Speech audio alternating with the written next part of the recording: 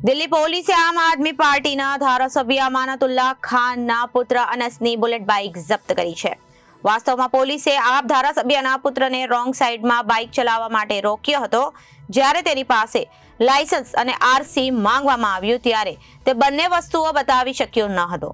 આરોપ છે કે તેણે પોલીસ કર્મીઓને કહ્યું કે મારા પપ્પા ધારાસભ્ય છે, તમે આ રીતે ચલણ કેવી રીતે જારી કરશો।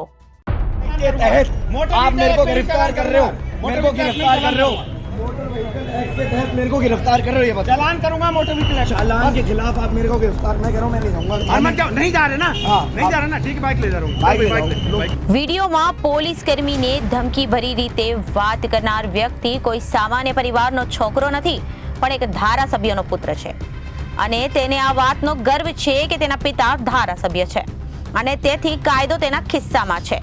જ્યારે તે મિત્ર સાથે ફરવા ગયો ત્યારે આ વિચાર જ તેના માટે બોજ બની ગયો।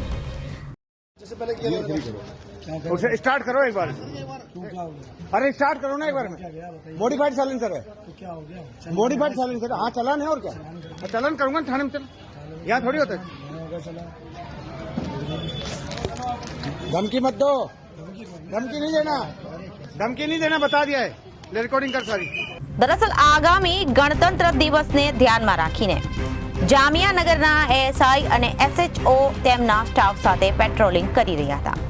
જ્યારે તેઓ બાટલા હાઉસના નફીસ રોડ પર પહોંચ્યા ત્યારે બુલેટ પર સવાર બે છોકરાઓ રોંગ સાઈડથી આવતા જોવા મળ્યા હતા।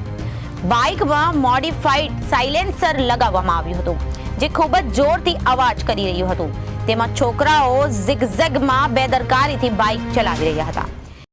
के तहत आप मेरे को गिरफ्तार कर रहे हो, मेरे को गिरफ्तार कर रहे हो, मोटर व्हीकल एक्ट के तहत मेरे को गिरफ्तार कर रहे हो। ये बताओ, चालान करूंगा मोटर व्हीकल एक्ट। चालान के खिलाफ आप मेरे को गिरफ्तार मैं कर रहा हूँ, मैं नहीं जाऊंगा। और मैं क्या नहीं जा रहे ना? हाँ, नहीं जा रहा ना, ठीक है, बाइक ले जा रहा हूँ। बाइक ले बाइक जाओ, ले, लो, बाइक लेके बाइक जाओ। ले चल, भाई ये बाइक ले तू चल। आप मेरे को ઘટનામાં પોલીસ દ્વારા તેની બાઇક પોલીસ સ્ટેશન લાવવામાં આવી હતી।